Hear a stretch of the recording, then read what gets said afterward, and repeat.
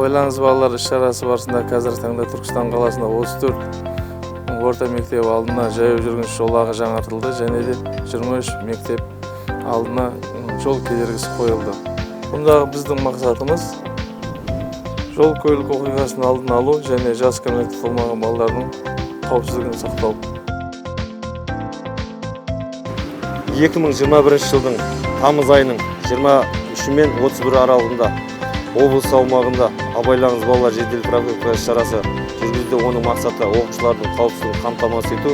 Қазіргі таңда біздің Түркістан қаласы көлемінде 43 мектеп бар. 43 мектептің өздеріне бекітілген мектеп инспекторлары күнделікті 3 мезгіл оқушылардың қауіпсіздігін қамтамасыз ету мақсатында жаяу жүргінші жолағында қызмет атқарады, және де мектептің ауласында қауіпсіздік қамтамасыз ету мақсатында күнделікті жұмыс атқаруда.